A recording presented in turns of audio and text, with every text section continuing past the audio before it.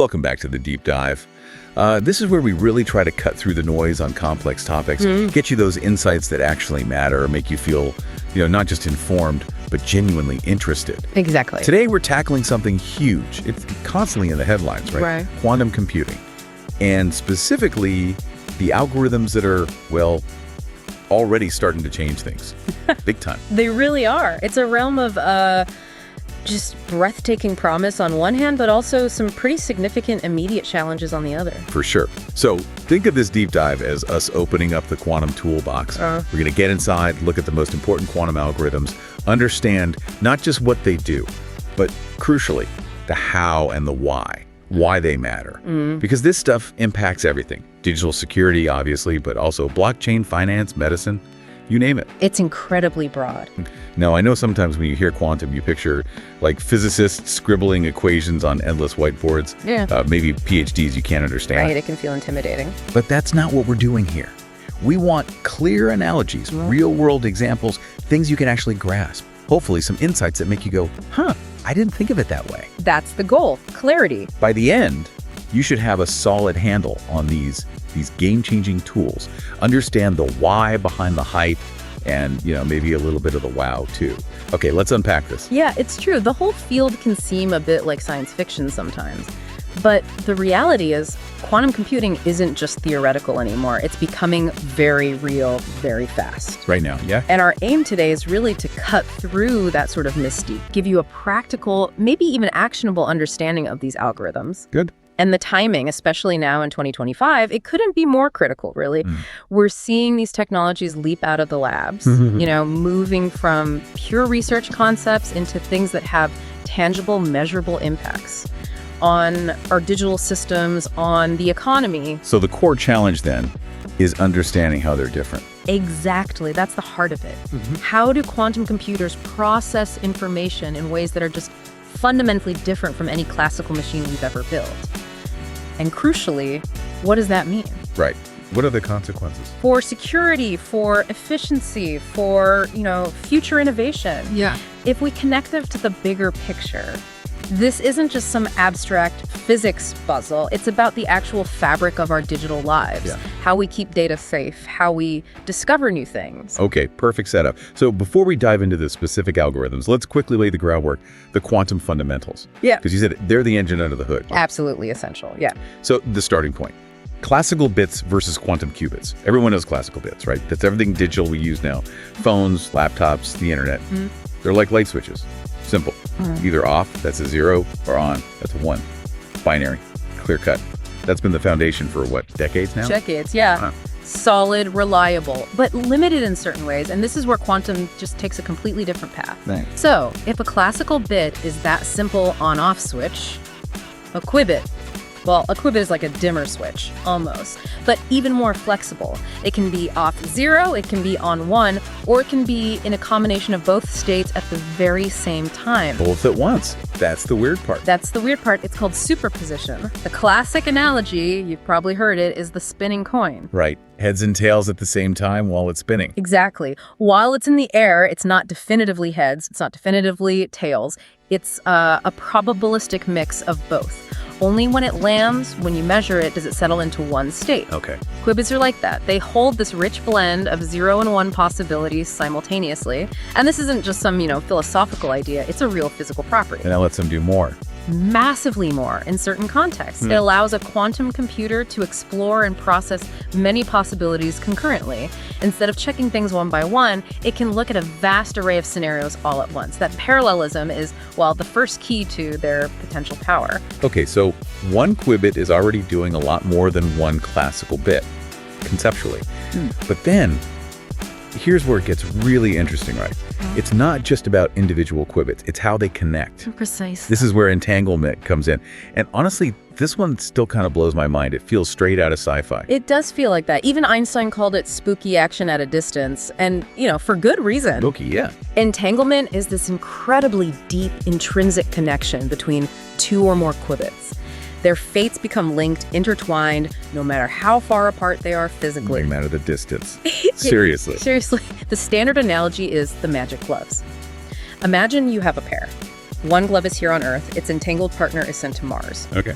The moment you look at the glove on Mars and see it's a right-hand glove, Yeah. you instantly, simultaneously know the one back on Earth must be a left-hand glove. Instantly. No delay. No delay, no signal traveled faster than light. There's no communication in the classical sense. It's just they are part of the same quantum system. Their properties are correlated from the moment they were entangled. Wow. Okay. So what does that mean for a computer?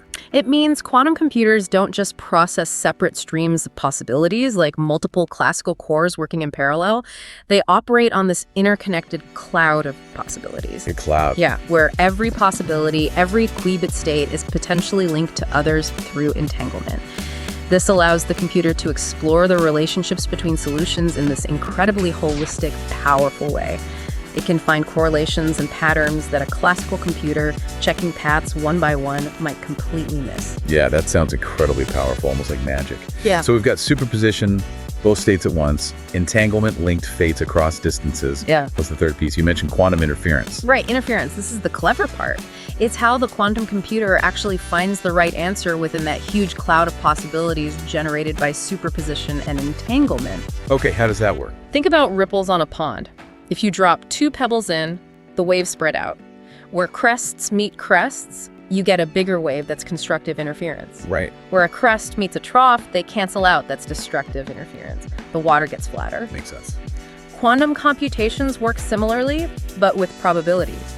The algorithms are designed very carefully so that the computational paths leading to the wrong answers interfere destructively. They essentially cancel each other out, they fade away. They just disappear. Their probability drops towards 0, yeah. Meanwhile, the paths leading to the correct answer are designed to interfere constructively. They reinforce each other, amplifying the probability of finding that right answer when you finally measure the qubits. So it's like noise-canceling headphones for math problems. It tunes out the wrong stuff. That's a great analogy, yes. It cancels the noise of the incorrect computational pathways and guides the whole system towards the right solution. It's an incredibly elegant way to filter possibilities. Okay, wow. So you put all three together. Superposition explores everything at once. Entanglement links it all together. And interference filters out the noise and boosts the signal. That's the engine under the hood. That's the quantum engine, exactly. And it's not just academic. This is why it matters. Because these principles mean certain problems. I mean, problems like factoring huge numbers, right? Precisely. Problems that would take the biggest supercomputers we have now, like thousands or millions of years. Longer than the age of the universe for some relevant numbers, yeah. A quantum computer, a powerful enough one, could potentially solve them in hours? Days? Hours or days is the projection for cryptographically relevant numbers, assuming a fault-tolerant machine. The speed-up is exponential. It's truly a different kind of computation. Exponential. That's the key word. It is, and it's crucial to remember these aren't just, handy buzzwords for tech talks. Superposition, entanglement, interference, these are the fundamental physical phenomena that make these algorithms possible. And it's also worth stressing just how delicate these quantum states are. Keeping them coherent, stopping them from interacting with the environment and losing their quantumness, that decoherence is one of the massive engineering hurdles right now. Right. Building the actual machines is hard. Incredibly hard. But understanding this model, exploring possibilities, linking them, filtering them, all while fighting noise, that's key to grasping how these algorithms get their power and why they represent both this huge opportunity and this significant challenge to, well, everything digital. Okay, fundamentals established. We have fragile but powerful qubits, superposition, entanglement, interference. Now, let's dive into the algorithm that really put quantum computing on the cybersecurity map. The one causing a lot of lost sleep, Shor's algorithm. Oh, yes, Shor's. Groundbreaking work by Peter Shor back in the 90s. What's its core function? What does it do?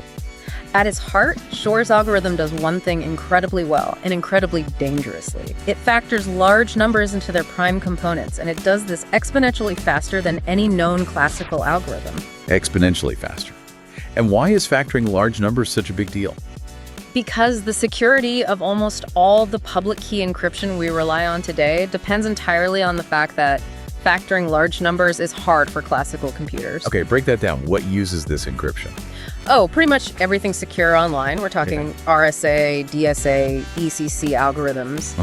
These protect your online banking. Right. Your encrypted emails. They secure the HTTPS connection that little padlock in your browser represents. Okay. They protect Bitcoin wallets, other cryptocurrency transactions, even the secure boot process on many devices. All of it relies on the difficulty of factoring. So how hard is it, classically?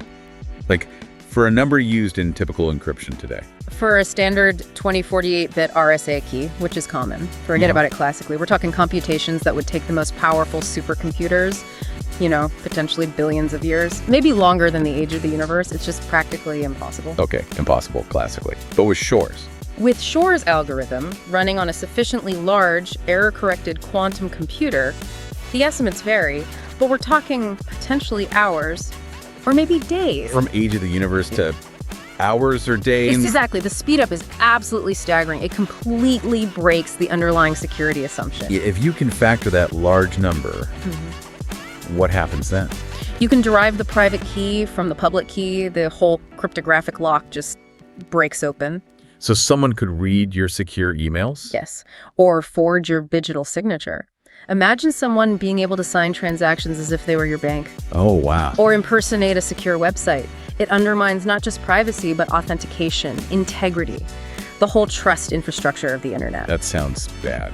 Very bad. It is. If we connect this to the bigger picture, this isn't some far-off sci-fi threat. It's often called Y2Q, the year to quantum, or Q-Day. It's an active, present danger that governments and industry are scrambling to address. So people are working on defenses? Absolutely. There's a massive global race. You have the NSA, NIST, the National Institute of Standards and Technology in the US, plus major tech companies, banks, everyone urgently developing and standardizing new encryption methods, what we call post-quantum cryptography, or PQC. PQC. We'll come back to that. We should, but there's another immediate threat too. The harvest now, decrypt later attack. Oh, that's it. Adversaries could be nation states, could be sophisticated criminals are potentially collecting and storing huge amounts of encrypted data right now. Data that's secured today. Secure today, yes. Government secrets, corporate IP, financial data, personal communications. They hoard it, waiting for the day they get access to a powerful enough quantum computer. And then they can unlock it all. Exactly. All that historical data becomes vulnerable retroactively. That's a huge concern. Okay, so what does this all mean? How does Shor's actually work? Without needing the PhD, obviously. Right, the intuitive idea. Shor's genius was reframing the problem. Instead of trying to guess the factors directly, the brute force approach, it turns factoring into something called a period-finding problem. Period finding? Like finding a repeating pattern? Exactly like finding a repeating pattern, but in a specific mathematical function related to the number you want to factor. And it turns out finding that period is something quantum computers are exceptionally good at. So using our earlier analogy, classical computing is like picking the lock for years. Yes, trying every combination painstakingly. And Shor's is like finding a hidden pattern in the lock mechanism itself, a secret backdoor. That's a perfect way to think about it. It exploits the underlying mathematical structure. It uses quantum properties to essentially listen for the rhythm, the period of this function. How does it listen? Superposition. Interference. Both, crucially. It uses superposition to explore all possible periods simultaneously. It sets up a quantum state that kind of resonates with the function's actual period. Then quantum interference comes in. The algorithm is set up so that the signals from the incorrect periods cancel each other out, destructive interference. Noise canceling again. Exactly. While the signal from the correct period gets amplified, constructive interference. So when you finally measure the qubits, the system collapses and the right period just sort of pops out with very high probability. Wow. So it's not guessing, it's revealing the hidden structure. Precisely. It's a fundamentally different quantum native approach. And that exponential speedup, driven by superposition interference applied to this period-finding task, is why even the prospect of a, say, 4,000 qubit fault-tolerant quantum computer keeps cybersecurity folks up at night. 4,000 qubits. Yeah. Is that the benchmark people talk about? It's a number often cited as potentially sufficient for breaking current RSA encryption, but it depends heavily on qubit quality and error correction. The exact number is less important than the fact that such machines are actively being pursued. And let's explicitly connect this to blockchain again. Bitcoin, Ethereum, smart contracts. They all use this public key cryptography, right? They absolutely do. Digital signatures based on algorithms like ECDSA are fundamental to verifying transactions and ownership. So they're vulnerable too, on borrowed time, as you said. Essentially, yes. A sufficiently powerful quantum computer running Shors could potentially calculate the private key from a public key exposed on the blockchain, allowing theft of funds or manipulation of smart contracts. And that harvest now, decrypt later applies here too. People could be collecting blockchain transaction data now. It's a definite theoretical risk. Collecting public keys and associated transaction data today, planning to crack them later when quantum computers are available. It's why many blockchain projects are actively researching and implementing quantum-resistant signature schemes. Some have already hard forked to upgrade. Okay, the thread is clear. Now, you mentioned earlier that a key component inside Shor's algorithm is something called the Quantum Fourier Transform, the QFT. Yes, the QFT. It's absolutely central. You called it the heart of the magic. It's not just in Shor's, right? It's used elsewhere. Oh yes, it's a fundamental building block in many quantum algorithms. So most of us know the classical Fourier Transform, used in like audio processing, image compression, breaking down a signal into its frequencies. How is the Quantum Fourier Transform different? That's a great way to frame it. The classical Fourier Transform, CFT, takes a signal, say a sound wave over time, and tells you which frequencies, which musical notes are present in that sound. It maps from the time domain to the frequency domain. Right. The Quantum Fourier Transform, the QFT, does something analogous, but it operates on a quantum state. It doesn't analyze a physical wave, it analyzes the amplitudes and, crucially, the phases of the qubits in a superposition. Phases. What are those, in simple terms? Phases are like the relative timing or rotation of the different possibilities within the superposition.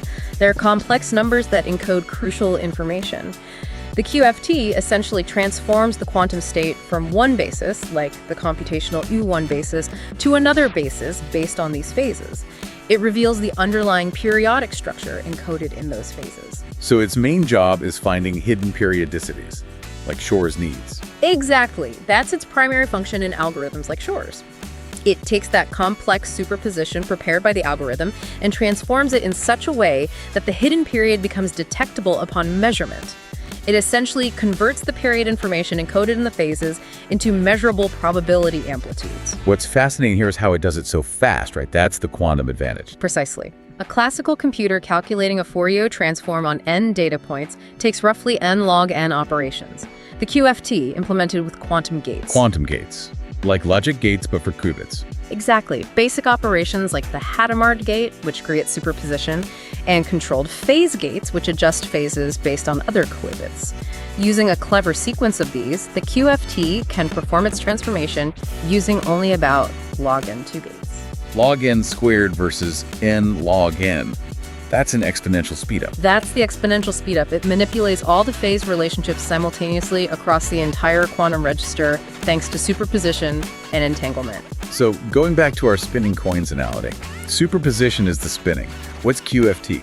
QFT is like maybe shining a special kind of structured light like through a prism onto all those spinning coins at once, and that light interacts with the spin patterns in such a way that when you look, you don't see individual coins anymore. You see a clear interference pattern that instantly reveals the hidden rhythm or frequency across all of it. The quantum prism. I like that. It sorts the cloud of possibility into sharp facts. That's a great way to put it.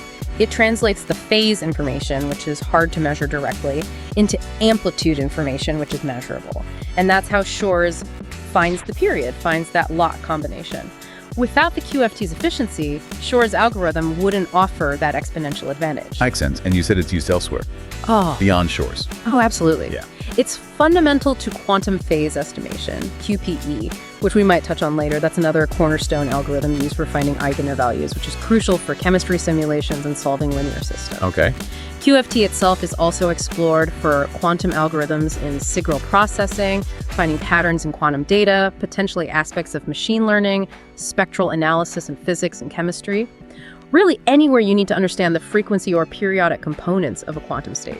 It truly is like the Swiss Army knife of quantum algorithms. Versatile and incredibly powerful. Its efficiency highlights just how important manipulating quantum phases is. All right, let's shift gears a bit. We've talked about Shor's, the big code breaker, powered by QFT. Now let's look at another famous one, maybe slightly less apocalyptic. but still powerful. Grover's algorithm. Grover's, yes, a different kind of power. What's the quick pitch? If Shor's is breaking codes, what's Grover's doing? I've heard it called superpowered troll plus F. That's not a bad description. Grover's algorithm is essentially the search engine of the quantum world, specifically designed for searching unstructured databases. Unstructured, meaning? Meaning there's no order, no index, no way to know where to look. Think of finding a specific name in a massive phone book where the names are completely jumbled, not alphabetized. Okay, the needle in a haystack problem. Exactly, the needle in a haystack. If your haystack has n items, a classical computer has to, on average, check about n2 items to find the needle. In the worst case, it has to check all n. The number of steps grows linearly with n. Makes sense. You just keep looking. Grover's algorithm, however, can find that needle in roughly the square root of n steps, so square ntn. Square root of n, okay, so not exponential like Shor's, but still faster. Much faster, especially when n is huge. This is called a quadratic speedup. If n is 1,000,000, score n is only 1,000. If n is 1,000,000,000, score n is 1,000,000. For very large data sets, that difference is enormous. Quadratic speedup. Okay, what's the impact? You mentioned symmetric encryption earlier, like AES. Right. Symmetric encryption relies on the difficulty of brute forcing the key, trying all possible keys. AES 256 has 256 possible keys. Classically, finding the key takes, on average, 255 tries. An astronomical number. Truly astronomical. But Grover's algorithm could theoretically search that space in roughly the square root of that number of steps. So square n, 256 is 262, which is 2128. So it effectively cuts the security level in half in terms of bits. AES 256 becomes like AES 128 against a quantum attacker. Precisely. It doesn't break it in the way Shor's breaks RSA, but it significantly weakens it. So the practical solution is just use longer keys. That's the main recommendation, yes. To maintain the same margin of security against a quantum attacker using Grover's, you need to essentially double the key length. So AES 256 becomes the new minimum standard if you want the equivalent of 128-bit classical security. Okay, so the mechanics, Yeah. again, without the PhD, how does it do this square root speedup? My analogy was the dark room with keys. The dark room with keys. Let's run with that. Classical search is trying each key one by one. Tedious. Very. Grover's is different. The underlying quantum principle is called amplitude amplification. Amplitude amplification, okay. What happens is the quantum computer first prepares a superposition of all possible keys. Every single key in the box exists simultaneously in the quantum state, each with a tiny initial probability amplitude. All keys at once, superposition again. Exactly. Then, the algorithm performs a series of steps, called Grover iterations or Grover operators. Each step does two clever things. First, it marks or flips the phase of the state corresponding to the correct key. Second, it performs an operation called inversion about the mean, which effectively amplifies the amplitude of the marked state, the right key, while shrinking the amplitudes of all the other states, the wrong keys. So it makes the right key stand out more with each step, like making it feel heavier in your analogy. Exactly like making it feel heavier. Each iteration nudges the probability distribution. The amplitude of the correct answer grows, while the amplitudes of the incorrect answers decrease. You repeat this process a specific number of times, roughly square times. And then you measure. And because its amplitude has been significantly amplified, you find the correct key with very high probability. Is there a risk of going too far? Amplifying too much? Ah, yes. There's a geometric way to visualize this. Imagine all the wrong answers point in one direction and the right answer points in another. Each Grover iteration is like a rotation in this abstract space, moving the state vector closer to the right answer direction. Okay. But if you rotate too many times, you'll overshoot. You'll start rotating away from the right answer again. So finding the optimal number of iterations, which is related to score n, is crucial. Fascinating. So it's like tuning a radio, finding the exact point where the signal is strongest. That's a decent analogy, too. You're amplifying the signal you want while reducing the noise. So, practical impact. Symmetric crypto like AES has weakened these longer keys. What about hash functions, like SHA-256, used in Bitcoin mining and verifying data? Same principle applies. Finding a pre-image for a hash, finding an input that produces a specific hash output is essentially a search problem. Grover's algorithm provides a quadratic speedup. So SHA-256, which offers 256 bits of classical security against pre-image attacks, effectively offers only 128 bits of security against a quantum attacker using Grover's. So hash lengths might need to increase too. Potentially, yes, depending on the specific security requirements of the application. It means that systems relying on brute force resistance for security. Passwords, digital signatures based on hashes. Exactly. Blockchains using proof of work based on hash collisions. They all need to reassess their parameters in light of Grovers. This raises an important question. How prepared are these systems? Right. It's not just encryption keys. No. And Grovers isn't just about breaking things. It has positive applications too. It can speed up solutions for optimization problems, finding the best configuration out of many possibilities. It could accelerate certain algorithms in machine learning, like searching through training data, database searching, where you don't have a helpful index. So potentially things like faster drug discovery simulations, better logistics planning. Potentially, yes, anywhere you have a large search space. Although often other quantum algorithms might be even better suited for specific optimization tasks. But Grovers provides a general-purpose quadratic speedup for search. Could it be used for, say, cracking poorly chosen cryptocurrency wallet keys or passwords faster? If the search space is amenable, yes. It could make brute forcing weaker passwords significantly faster. Maybe enable more efficient spam filtering by searching patterns. There's even speculation about quantum-enhanced blockchain mining using Grovers to get an edge in finding the right nonce, though the practicalities are complex. It's not the same level of threat as Shor's, not a full doomsday for these systems, but definitely a call to, as you said, up their game, increase key lengths, improve hashing standards. Okay, so Shor's and Grovers are the big famous ones. Yeah. But you mentioned quantum tech is moving fast, zooming past these poster children. Absolutely. They laid the foundation, but the field is incredibly dynamic. So let's talk about the new wave. These emerging algorithms, often hybrid ones that are maybe closer to practical use right now. You mentioned quantum phase estimation, QPE, earlier, as being important for Shor's and QFT. Yes, QPE is incredibly fundamental. It's often considered a cornerstone algorithm, maybe less famous than Shor's, but arguably just as important as a building block. What's its core job? Its core job is to determine the eigenvalue of a unitary operator, given the corresponding eigenvector. Okay, translating that. Please, eigen what? Right. Think of a quantum system evolving, like a molecule vibrating or electrons orbiting. A unitary operator describes that evolution. The eigenvalue associated with a particular state, the eigenvector, tells you something fundamental about the state's properties during the evolution, often its energy level, or a characteristic phase it picks up. So QPE measures a fundamental property, like the energy of a molecule. Exactly. That's one of its most powerful applications. It allows us to calculate the energy levels of molecules with potentially much higher precision than classical methods allow, especially for complex molecules. Why is that important? Because understanding the precise energy levels is key to understanding chemical reactions, how drugs bind to proteins, how materials conduct electricity, you name it. Simulating even moderately complex molecules classically is incredibly hard because the number of interactions grows exponentially. Right, the classical computing wall. QPE offers a quantum pathway to potentially overcome that wall. It's seen as absolutely vital for accelerating drug discovery, designing new medicines by simulating how they'll interact at the molecular level, and for materials science, designing new catalysts, better batteries, superconductors. So it underpins a lot of the quantum chemistry hopes. It's a massive part of it, and it's also used as a subroutine within other quantum algorithms, including Shor's, actually, and algorithms for solving large systems of linear equations, which has applications in engineering, finance, AI. QPE is really a workhorse algorithm. Okay, QPE, the workhorse. Then there's another one getting a lot of attention, especially for today's noisy quantum computers. The Variational Quantum Eigensolver, VQE. VQE.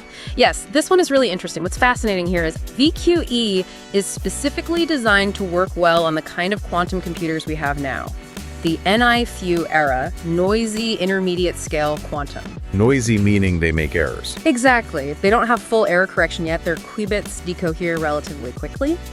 VQE is clever because it's a hybrid quantum classical algorithm. It splits the work. Hybrid. How does that work? The quantum computer does what it's good at, preparing and measuring a specific type of quantum state called an ansatz, which depends on some parameters. It estimates the energy of the system in that state. Okay. Then it hands that energy measurement result over to a powerful classical computer.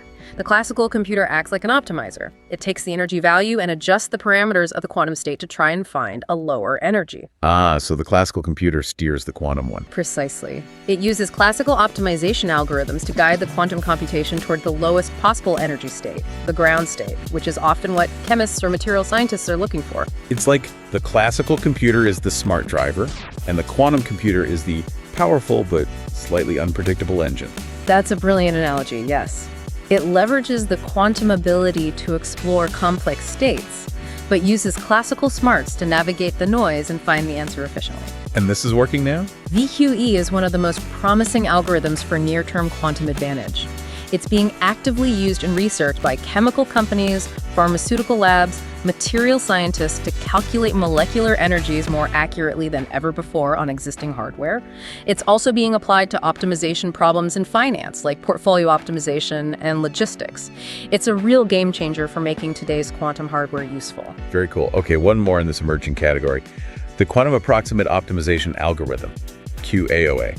Sounds Similar in that it's also often used in a hybrid fashion and targets near-term hardware, but its focus is squarely on optimization problems, specifically finding approximate solutions to really hard combinatorial optimization problems. Approximate, not the perfect best answer. Often finding the absolute mathematically perfect best answer for these types of problems, like the traveling salesperson problem or complex scheduling, is computationally impossible, even classically for large instances. It would take millennia. QAOA aims to find a very good solution, maybe in the top few percent, much faster than any classical approach could. Okay, so finding a good enough answer really quickly. Exactly. And good enough can be incredibly valuable. Think about optimizing delivery routes for a huge fleet of trucks. Finding a route that's 99% optimal, but finding it in minutes instead of days could save a company millions. Right, or optimizing financial portfolios. Yes, maximizing returns while managing risks across thousands of assets. Or optimizing placement of components on a chip, or scheduling jobs on a factory floor. Anywhere you have complex choices with many interacting parts. How does QAOA work, roughly? Does it also use that hybrid approach? It often does. Like VQE, it involves preparing a quantum state based on some parameters, but the structure is specifically designed for optimization. It alternates between applying two types of operations. One that encodes the cost or objective function of the problem, and another mixing operation. You run this sequence for a certain number of layers, then measure. A classical optimizer then adjusts the parameters controlling those operations to try and minimize the cost function, or maximize the objective. So it also uses quantum exploration guided by classical optimization. Yes, leveraging quantum superposition to explore many potential solutions simultaneously, and then iteratively refining the parameters to converge towards a high-quality approximate solution. It's another key algorithm showing promise on NISQ devices. So wrapping up this section, VQE and QAOA, these hybrid approaches, are really leading the charge for practical quantum advantage today, even before we get those perfect error-corrected machines. That's absolutely right. They represent the cutting edge of applied quantum computing, where we're starting to see genuine value being extracted from current quantum hardware for specific hard problems in chemistry, materials, finance, and logistics. Okay, this is crucial. We've got these powerful algorithms, Shor's, Grover's, QPE, VQE, QAOA. The big question then, are companies actually using this stuff? Is it just research labs, or is it hitting the real world? It's definitely moving beyond just the labs, especially now in 2025. The answer is a clear yes, although maybe with some nuance. Okay, give us some examples. Who's doing what? Well, in pharma, you have major players really banking on this. Companies like Merck, Boehringer Ingelheim, Biogen, they're actively using quantum algorithms, particularly VQE and related chemistry simulation methods, to model molecular interactions. To speed up drug discovery. Exactly. To better predict how potential drug candidates will bind to target proteins or to understand complex biological processes, the hope is to drastically reduce the time and cost involved in finding new medicines. They are making serious investments here. Okay, pharma. What about other industries? Automotive. Automotive is another big one. Toyota, BMW, Ford, Volkswagen. They're exploring quantum for several things, optimizing complex manufacturing processes, designing new materials for lighter bodies, or crucially, better batteries. Batteries, right. Yeah. That's huge for EVs. Huge. Simulating the chemistry inside a battery is incredibly complex. Quantum holds promise there. They're also using optimization algorithms, maybe QAOA inspired, for logistics, figuring out the most efficient global supply chains or assembly line workflows, often using hybrid approaches. Makes sense. Finance, you mentioned them earlier. Yes, financial services are definitely in the game. JP Morgan Chase, Goldman Sachs, Barclays, and others are actively exploring quantum. They're looking at using algorithms related to QPE and optimization for things like portfolio optimization, finding the best mix of assets. To maximize return, minimize risk. Precisely. Also, pricing complex derivatives, which involves heavy simulations, and running sophisticated risk analysis models like Monte Carlo simulations, potentially much faster. So how are they accessing these quantum computers? Do they build their own? Some larger players might have internal research teams, but mostly they're using cloud platforms. This is key. Major providers like IBM Q, Microsoft Azure Quantum, Amazon Bracket, they offer access to their quantum hardware and simulators. So you can rent time on a quantum computer. Essentially, yes. Or use their software frameworks. And then you have specialized quantum computing companies, startups, and established players like Quantinuum, IonQ, Rigetti, D-Wave, building hardware and software solutions. They're partnering directly with industry. So the access is becoming democratized, in a way. It is. It's lowering the barrier to entry. Now, it's important to clarify.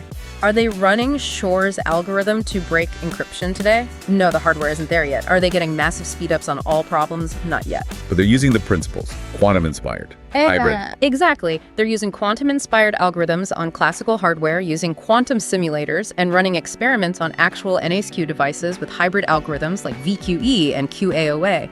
The competitive advantage they're seeking is real, and they're finding value even with today's technology. It's about learning, building expertise, and tackling specific problems where quantum shows early promise. Okay. And back to blockchain quickly. We talk threat, but what about quantum helping blockchain? Are there positive applications emerging? Absolutely. It's not just a threat vector. Quantum can potentially enhance blockchain technology. How so? One area is secure multi-party computation, SMPC. Quantum techniques could potentially make SMPC protocols more efficient or secure, allowing multiple parties on a blockchain to compute results based on private data without revealing that data. Think privacy-preserving analytics or voting. Interesting. What else? Then there's quantum key distribution, QKD, which we touched on. Imagine using QKD to establish ultra-secure communication channels between nodes in a blockchain network, or for users interacting with the chain. It provides cryptographic keys whose security is guaranteed by physics, not just computational difficulty. Uncrackable keys, even by quantum computers. Theoretically, yes, that's a huge potential enhancement for foundational security. And there's also research into using quantum randomness, true randomness generated from quantum processes to strengthen cryptographic protocols within smart contracts, perhaps for fairer lotteries or more secure random number generation needed in certain applications. So yes, quantum offers tools to build stronger, more secure blockchains too. Okay, good to balance the narrative. Threat and opportunity. So we've painted this vivid picture, especially the threat from Shor's. Let's pivot to the defense. What are the practical next steps for listeners, for businesses? You mentioned post-quantum cryptography, PQC. PQC is the designated defense strategy, yes, and it's a major global effort. Led by whom? Primarily NIST, the U.S. National Institute of Standards and Technology. They ran a multi-year competition to identify and standardize new cryptographic algorithms that are resistant to attacks from both classical and quantum computers. So these new algorithms run on normal computers? Yes, that's key. They run on the classical computers we use today, but their security is based on mathematical problems believed to be hard even for quantum computers to solve. What kind of problems? Not factoring? No, they rely on different hardness assumptions. The leading candidates mostly fall into a few categories. Lattice-based cryptography is a big one. Algorithms like Crystal's Kyber for key encapsulation, basically setting up secure keys, and Crystal's dilithium for digital signatures are based on the difficulty of solving certain problems on mathematical lattices. Kyber and dilithium. Okay. Are those official standards now? NIST has selected them as primary standards for standardization. They're considered strong candidates. There are also hash-based signatures like SVNCS plus E. These rely only on the security of cryptographic hash functions, which are generally thought to be more resistant to quantum attacks than public key systems, though Grover's weakens them, as we discussed. SVNCS plus E. Okay, so lattices, hashes, any others? There are other types being standardized too, like code-based and multivariate cryptography, often as backups or for specific use cases. The goal is to have a diverse portfolio of PQC algorithms. Okay, let's unpack this. Moving to these new PQC algorithms, is it just like updating software? It's a simple patch? Oh, if only it were that simple. No, this transition is a major undertaking. Why? What are the challenges? Several things. First, these new algorithms often have different performance characteristics. Some might be slower for certain operations. More significantly, many have much larger key sizes or signature sizes compared to current algorithms like RSA or ECC. Larger keys mean more data to store, more data to send over the network. Exactly.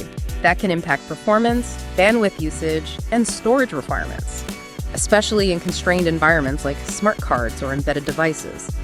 Imagine digital certificates suddenly becoming much larger. That could break things. It could require significant re-engineering. We're talking changes needed in hardware, like secure chips, software libraries, network protocols like TLS that secures web traffic, data formats.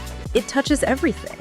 Even how identity is managed in systems like blockchain might need fundamental changes to accommodate these new signature schemes. It's a full shakeup. A full system overhaul, potentially, not just a quick fix. Definitely not. It's probably one of the largest cryptographic transitions the internet has ever faced. That's why organizations are being urged to start planning now. So what are people doing in the meantime? If the standards are just emerging and migration is hard? Many are looking at hybrid approaches as a transitional strategy. Hybrid, meaning mix the old and the new.